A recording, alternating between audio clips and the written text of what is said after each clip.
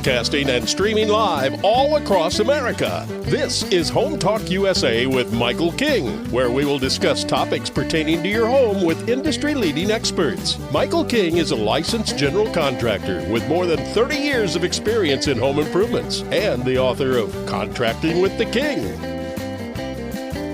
Join us this hour for our segment Invent America with your co-host, the Inventor Lady Rita Crompton. Discover what's next in the home improvement industry and explore new products and innovations. Or if you have that next great big idea, learn what it takes to bring your invention to the world as Michael King and Rita Crompton talk to America's inventors and innovators. Remember, the America of tomorrow is being invented today.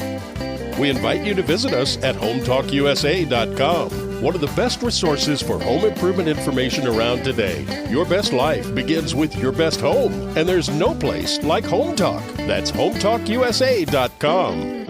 And now, we proudly present Invent America from the #1 home improvement radio program in the country, Home Talk USA, with your host, the Cajun contractor, Michael King, and his co-host, the Inventor Lady, Rita Crompton. Hello, America, and welcome to Invent America. Why? Because Americans invent. Our economy has been based on people taking new products to market, and we are excited to be able to bring to you new inventors, inventors who have, been challenged with some of the issues and conquered the issues, and that's why their product is in the marketplace, and some who've gone on to the next generation. And we are filling in with Wayne Rasanen. He is our inventor today, covering for our father of Home Talk USA, who had to run out and head to the airport, maybe joining us via phone as we go through this first set of questions. But today we're talking about the issue of pricing. You know, as consumers, when you go and you look at a price and you see two products on a shelf and you go, oh, this one is cheaper. Why? Well, you may not realize, but pricing is a big tug of war when it comes to that first generation, that first run of the product. And the reason is because you consumers are God in what you're going to pay for something. So you are going to set that price. But a store, they look at the ballpark idea of, all right, this type of product should retail for $10. And so we and the inventor know that they've got to be able to make it, box it, and ship it for $2. There is always a multiple of 5 with consumer products. And, all right, there might be some swing on that with home health care, sometimes the electronics and software. But for the most part, anything that you're going to find in a big box store is based on the multiple of 5. And that can be really challenging for the inventor on their first production run.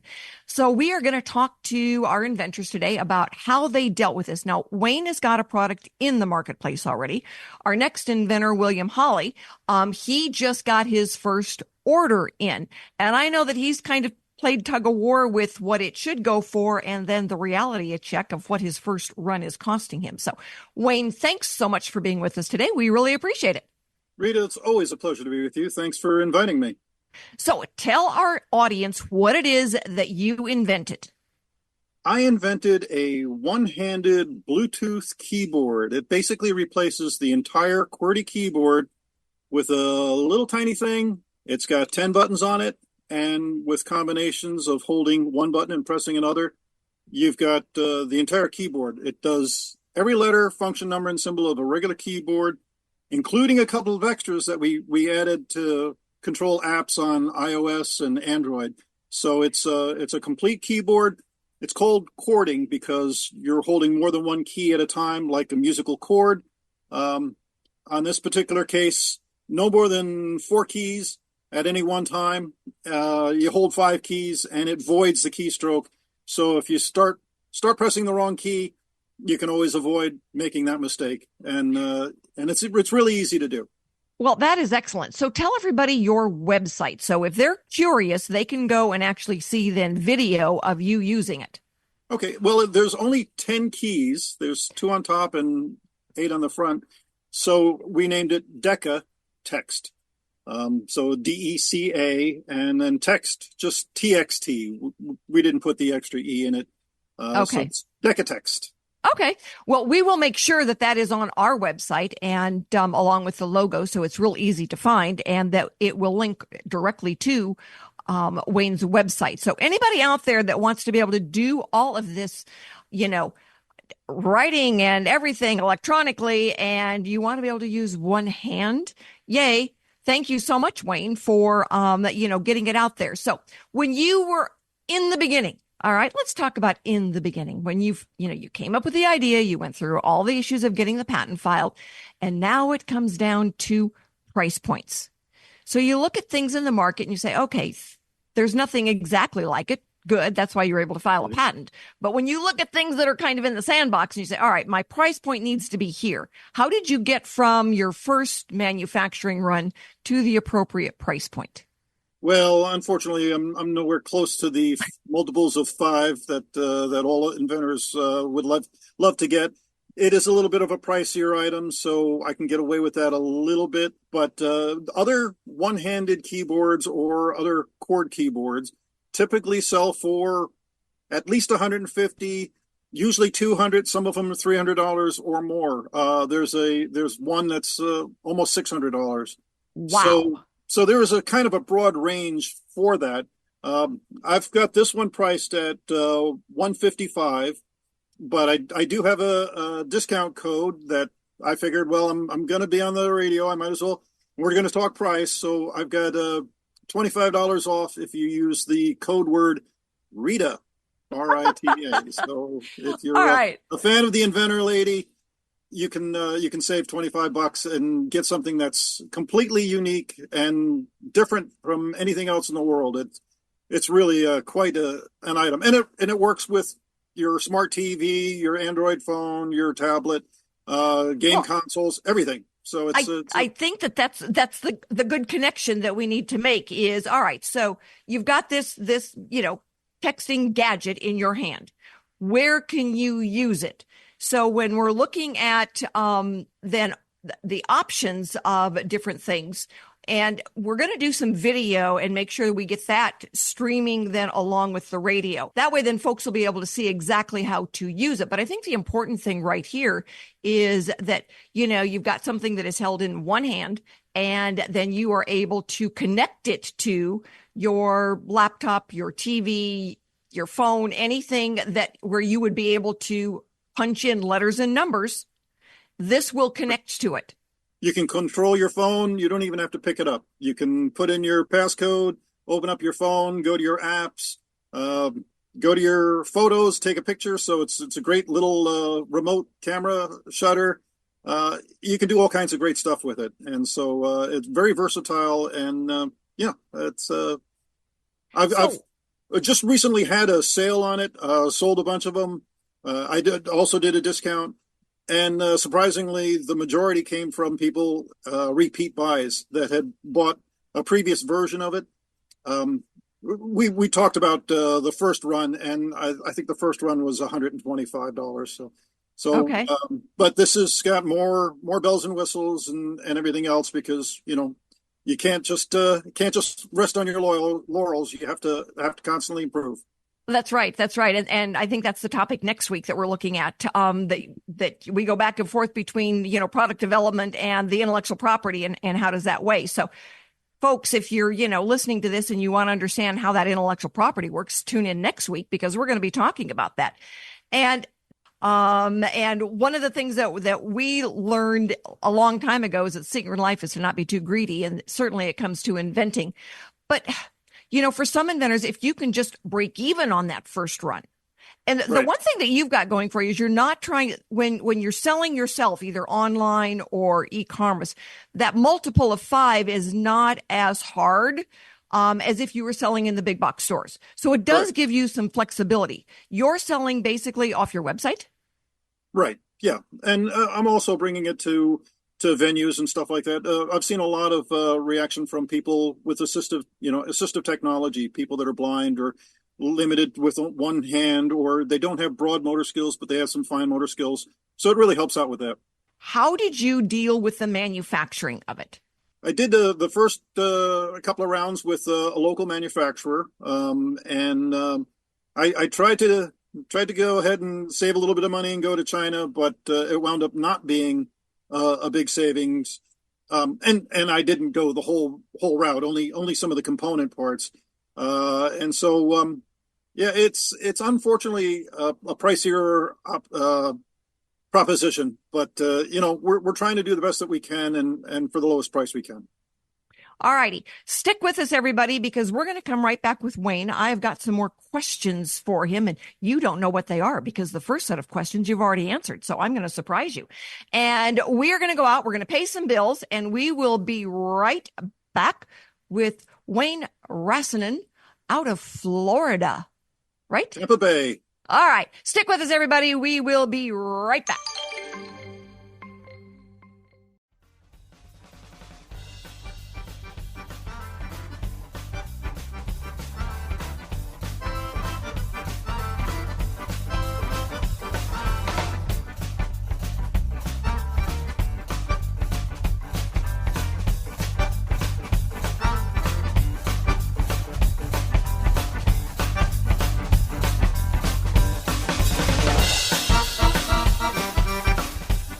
Everybody, thank you so much for being with us for this segment of Invent America. And our segment is being brought to you by Trim a Slab. If you need to replace rotting or missing wood, often found in driveways, sidewalks, decks, and a lot of other places in your house, especially if you live in the forest like I do, it installs incredibly fast. It looks great, and it can't be removed. So Trim a Slab. Trim a Slab is where you want to go, trimaslab.com. And if you're an inventor out there and you've got questions, please check us out. You can find Rita at Inventor Lady. You can go to Invent America and be able to log right into us and ask a question. My phone number is everywhere. They will etch it on the side of my casket because I'm taking it with me. So give me a call because I do answer my phone. We are with Wayne Rasanen. He is the inventor of a cool device if you want to be able to hold your entire keyboard in one hand and use it. So Wayne, thanks so much for being with us. The thing that I find really cool about your product is that yes, you can hold the entire keyboard, alphabet and numbers in one hand, but you can connect it to your phone, your TV, your laptop, anywhere you're going. Anything Probably shouldn't be use it in the car, but you could. Yeah, I try to avoid mentioning that, but the fact that you can do it with one hand and you don't have to look does make it a little bit safer. Cognitively, people don't like the fact that anybody's thinking of anything other than driving. So we can't really promote it like that, but it potentially would be considerably safer. I do get that. And it's funny because that's one of the challenges that we know we shouldn't do, but it talks about how cool yours is. Well, I did put one on I did build it on the steering wheel at one point and brought it to the highway patrol and showed it to them and said, here's a way that your officers could access all the keystrokes on their laptop and never have to take their hands off the steering wheel. Now I am working on a new version that's also on the steering wheel, but that's another story. That's not the DecaTxt.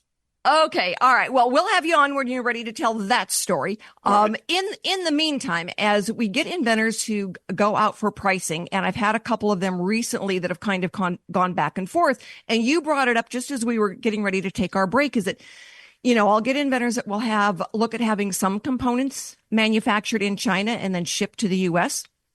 And it's really all about then the pricing. We had one gentleman, he had an electronics part, and he figured it's got to be cheaper in China, right?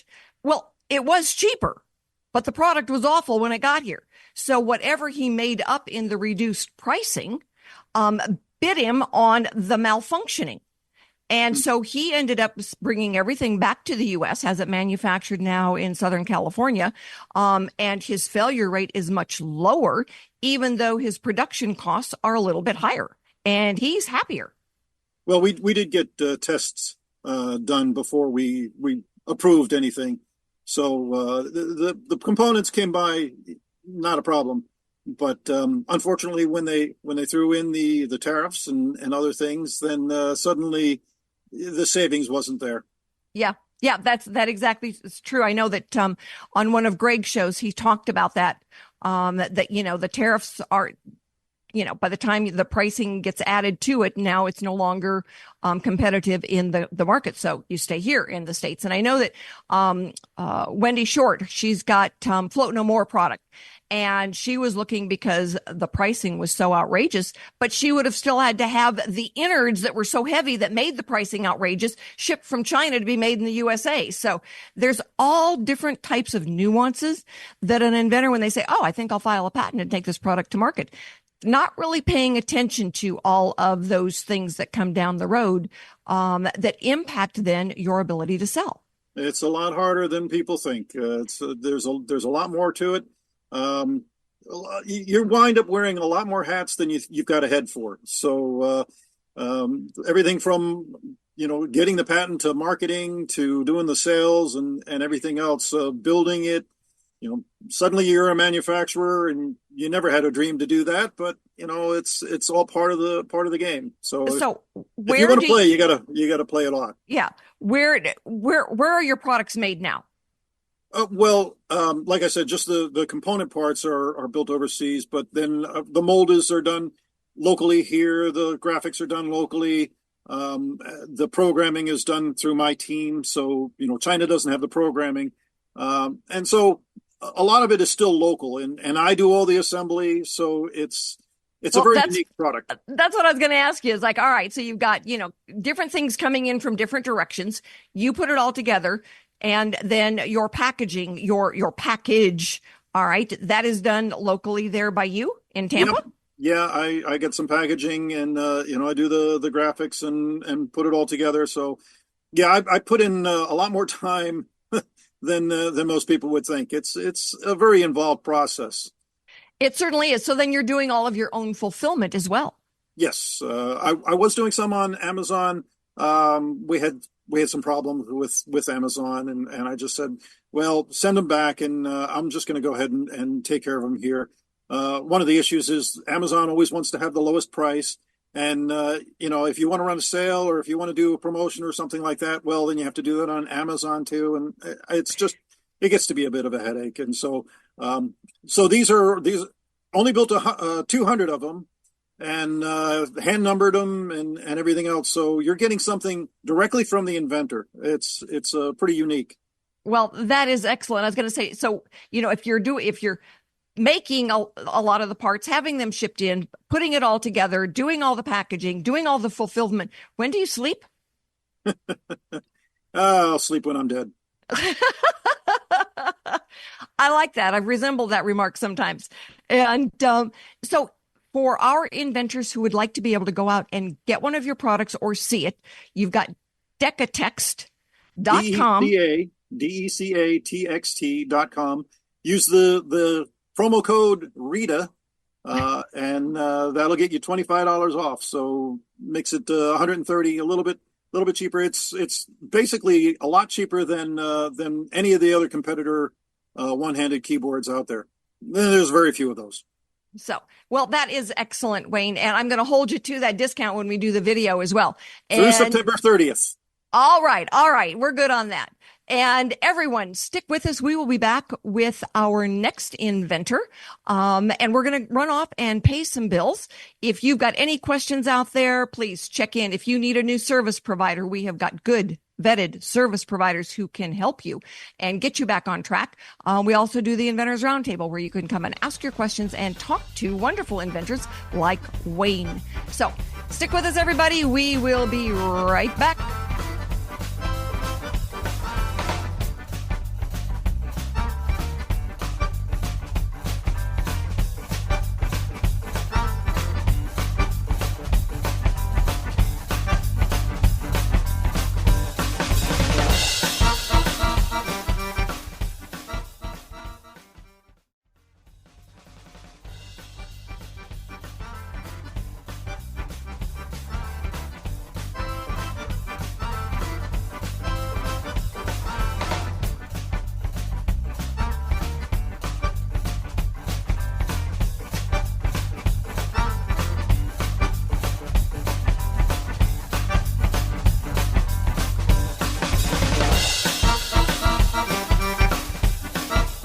America, thank you so much for being with us this afternoon. We are grateful for every single one of you for tuning in to finding out about the new cool products that are out there. And we count on every single one of you to support America's inventors by looking for the products. A lot of times we list them online. Some of the times you can find them on different e-commerce sites. And the next product that we've got coming up is one of those. It's just getting out there, and we will let you know where to find it. But this segment is brought to you by Bond Products. It's for do-it-yourself carpet binding. There is only one Instabind, bondproducts.com. So if you've got trouble with your carpet out there, this is a place to go. And I know that all of these companies all of our sponsors are listed on the website. So if you missed a link, by all means, go to HomeTalkUSA and you will be able to find all of our sponsors listed. And right now we are talking about one of our inventors. He couldn't quite make it with us this afternoon, but we are fortunate that Noah McNeely was the one who helped him manufacture that first run. And it's a really cool product because you know what? It's a hammer. Now, I don't know about everybody else, but I've got at least a half a dozen hammers in my house. One's in the kitchen, at least two are in the garage, one's in the pump house, one is downstairs. You know, you always need a hammer. And oh yeah, by the way, they are different sizes as well. Well, Bill Holley invented a new hammer. It's called My Modern Hammer. It's got a new handle that allows you a better grip, a more ergonomic grip. And he just got his first run. And Noah is the gentleman, Product QuickStart, that helped get the manufacturing here. Now, I know it was a process to get him through and find the one that he liked. I know the first group, I think they were pink, right? Yeah, they were pink, and we're looking at other colors in the future. Yep. If it's a better hold for me, I don't know that I need pink. And besides, my husband will get it dirty, because sure as the world, I know he's going to grab it. But what is unique? I mean, since you were working on it, tell our listeners, what is unique about My Modern Hammer? Yeah. So, well, one of the things that's unique is Bill. I loved working with Bill. He's a great guy. He's got great ideas and he really knows what he was trying to do. But in this particular case, if you think about, now, if you're a carpenter using a hammer all day long, you got one of those big, massive hammers. This is not who this is for necessarily. This is for you and me that are hammering stuff around our house. And as I'm getting older, I notice I use a hammer and it starts to make my wrist hurt. After a few nails, it's it doesn't feel like it did when I was 25. So Bill's solution was a very different approach to the way you hold the hammer in a way that, and you can hold it now in a way where you don't put that impact on your wrist, or you don't put all that flex on your wrist. So it's much more comfortable. It still hammers nails just as hard and just as deep as a regular hammer. But for people like you and me that aren't carpenters doing this every day, it's a much easier hammer to use, much more ergonomic, much friendlier to the body. Absolutely. And one of the things that I noticed in particular is that for people who are getting older and maybe their grip isn't as strong or their fingers aren't as strong or they have arthritis. I mean, it gets us all eventually. I'm guilty of all those, I think. His hammer makes it so much easier to securely hold it. I mean, the last thing you want to do is swing a hammer and have it fly out of your hand, or you drop it on your foot, or you hit somebody else's finger with it because they're the ones holding the nail and not you. Mm-hmm. And Bill's hammer is really ergonomically correct in the fact that it makes it safer to use a hammer. Yeah, absolutely. No, it's a fantastic idea. And so we are looking forward to having Bill at ASD Market Week this year so that we can launch the hammer. And I don't mean across the room, but as a new product, and get it out there so that people can see it. But we're going to be doing some videos with him and his hammer. And like I said, I've got one in the closet, so that he sent me as a prototype. And I think the end, he told me not to really get out there and use it as a sample because the end is glued on. So really don't want that. The prototype is just a prototype. Yeah, exactly. It's not the finished product like what he's got now. So we want to be able to show everybody this really cool hammer. And gentlemen, if you want to get your wife a really cool Christmas gift, this is it. Because you know what?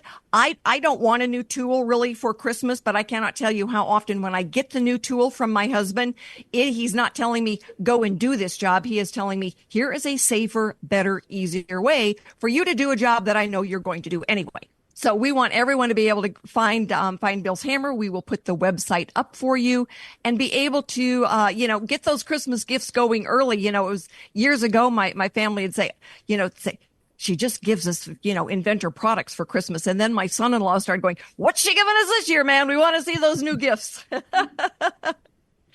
And sometimes they were things that, they would buy and take to work with them and have around the house. So everybody's got cool new gadgets that they have found through the Inventor Lady and Invent America. So America out there, we count on you to be able to go and find these really cool products. And My Modern Hammer is one of them that you will enjoy having and using. And again, gentlemen, every one of you should be buying one of these to put into your wife's Christmas stocking because she will enjoy it. And so will you when you go to borrow that pink hammer that's stuck in the kitchen drawer. Noah, what do you need from an inventor to help them get their product through the steps? The first thing is I need to understand what they're trying to accomplish, because if someone just calls me up and says, hey, I want to make a hammer, well, there's a million ways to make a hammer. You can do all sorts of hammers. So Bill was very good at communicating that, I want to do this ergonomic hammer and, all the stuff it was supposed to do and all the stuff it wasn't supposed to do. So that's step one.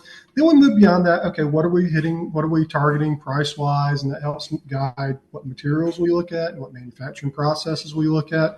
Then we go through that design and development. We make some prototypes, make sure it captures the client's vision and goals. And then we're getting quotes from factories in many cases, making sure they're matching what the client needs in terms of their business plan. And really, it's pretty simple. It's really a dialogue between us and the inventor to keep everything transparent and out in the open, so there's no surprises for anybody. Well, I think it's really important for inventors to realize they can work with someone like you virtually. Where it used to be, you had to be, down the street from somebody and drive over and talk to them. I have clients. I have a client in Australia. I have clients all over the place. So yeah, you can do anything from anywhere these days, just about. I know it's really amazing, and not every person who does what you do is right for every inventor. You've got skill sets, you've got particular materials that you work with or that you're an expert at. And there are other service providers that, do it differently. And so I always tell inventors, it's like you need to be able to talk to somebody and make sure that you mesh together. Yeah, and you're exactly right. There's different design, development, engineering firms come in all different shapes and sizes. This is actually my second company. I used to run a much bigger company, and we did inventor work, but our main focus then was very large companies. So it was never really the right fit for inventors, and that's why I started this company to focus exclusively on inventor entrepreneurs and startups and really smaller clients. So kind of, when you're out there shopping for someone to help you, try to understand who their market is. Are you their target market, or are you just sort of that side project they're going to do? And that's one of the things to look out for, and shop around, make sure the pricing is consistent and what it should be. Well, I noticed one of the things with Bill's product, and I see it more frequently nowadays, is that people are really looking for that ergonomic touch. What makes sense on the way something is held, what makes sense on the way it's used, so that it is more comfortable to us as the consumer than the old way of doing it. Let's face it, the hammer has been around for, a century, 2 centuries, since we crawled out of the cave and needed to hammer something together. It's been around for a couple millennia. Yeah. And so the whole idea now is something that's easier to hold, easier to use, and will be more effective. And so when you've got a product out there, America, and you want to make it better, hammers been around forever. Bill made a better one, and he's got a patent on it. So don't think it's too easy, too simple, not good enough. Sometimes the new change is exactly what America is looking for. So if you are out there and you've got a product that you are trying to develop, bring to market, get on the radio. All right. Check in with Rita Crompton at inventorlady.com or go to our site, invent-america.com for the radio show, and get in touch. Ask your questions. And we are going to be back in just a couple of minutes with our industry expert. Oh, yeah, who was just here with us, Noah McNeely. So, Noah, stick around. We are grateful to have you today. And thank you so much for presenting for Bill Holley, William Holley, his product. Thanks. Thank you.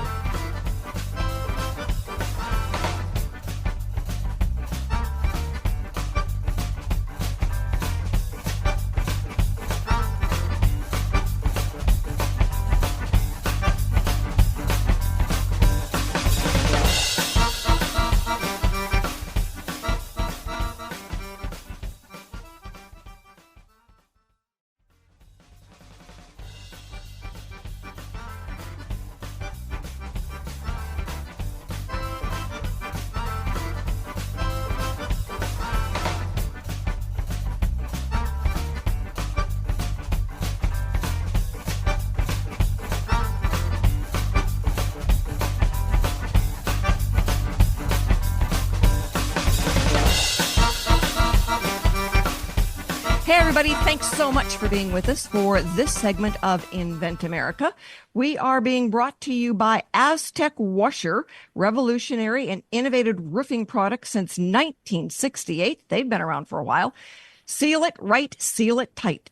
AztecWasher.com. And our industry expert today is Noah McNeely from Product QuickStart. Noah is one of the sponsors of Invent America. Thank you, Noah. And he does manufacturing for a lot of our inventors. It was amazing how many of your products we had at ASD Market Week last year.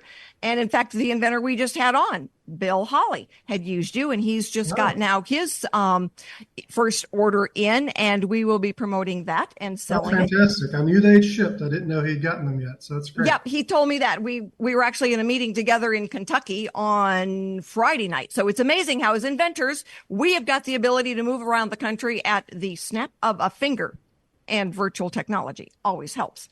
So for our inventors, and I know that, every inventor goes around with the pricing issue. And a lot of times that first pricing, that first run, we call it a short run because a lot of times it's only maybe 500 units, 1,500 units, and they want to shoot for 5,000 units. Well, there's always a price point in there. So when we look at a product that is going to be, say, a $10 product, and we know that it's got to be hitting the multiple of 5. Rarely on that first run do you hit the multiple of 5 accurately. I tell inventors, hey, if you can break even, you are doing well on that first run. For a lot of them, it's not even breaking even, it's getting products out there. So from your point of view as the master for the manufacturing, what do you help inventors understand? Well, first, let me clarify one thing. I don't manufacture. I actually coordinate manufacturing. So there are a lot of factories I work with, and there's no factory that's a fit for everything. If anyone tells you otherwise, they're lying to you, just trying to get your business. So I'm kind of factory agnostic, except that I want to help them find the right factory. So to your question, there's a couple of ways to look at pricing, and you really have to succeed on both in order to have a successful business. Now, I'm not talking about necessarily the first order, because you're right. A lot of times that's just an investment to test the market. If you break even, that's fantastic. You've done great. You've done well. But beyond that, for your broader business plan, you've got top-down pricing. In other words, you look at the marketplace, you look at who you're trying to sell this to and what it does and what problem it solves for them, and you say, okay, what's the value of that solution to that market? What would people be willing to pay? That's top-down. But then you've got bottom-up. All the stuff that goes into the product, all the materials, all the assembly, all the labor, all the shipping, et cetera, that's bottom-up pricing. So you come to a price there that's, the minimum it's going to cost is X, and the most I can charge for it from top down is Y. If Y is less than X, you got a problem. You got to have Y above X. Then you've got some, or at least they've got a match. Then you've got some space in there. And the more Y is above of X. In other words, the higher price people will pay for your solution, and the lower it costs you to make it, the better off. That's pretty obvious. Right. And no, I tell inventors that it's like you've got from, the suggested retail price down, and then you've got the reality check from, this is what it's going to cost to get that first run done. Sometimes I have inventors that have what I would call filet mignon taste and hamburger budgets, and they come in and tell me it's got to cost this, and by the way, it's got to be silver plated, and it's got to do all these things. It's like, well, everything you just described costs like 10 times what you just told me it's got to cost. So sometimes we have to find that balance of what's your product really about? What do people really want to pay for? And then let's find the right way to accomplish that at a budget that makes sense. Exactly. And for some inventors, they've got a very cool idea. All right. However, the main issue then is, can it be made at a price the consumer is willing to pay? Mm-hmm. And there are times when the answer to that is no, not yet. And so that is why we'll see patents filed and the product doesn't come to market until decades later when technology finally catches up to it. Sure. And I think sometimes inventors run into that problem and they don't back up a step and say, I think something I've talked to you about before is the most important part of an invention is the problem you're solving. So maybe if you've identified a really nice problem and you've got a $100 solution to a $5 problem, let's take a backup step and see if we can come up with a $5 solution that solves that problem too. And then you may be able to get to the market with that instead of your Maserati version of the idea.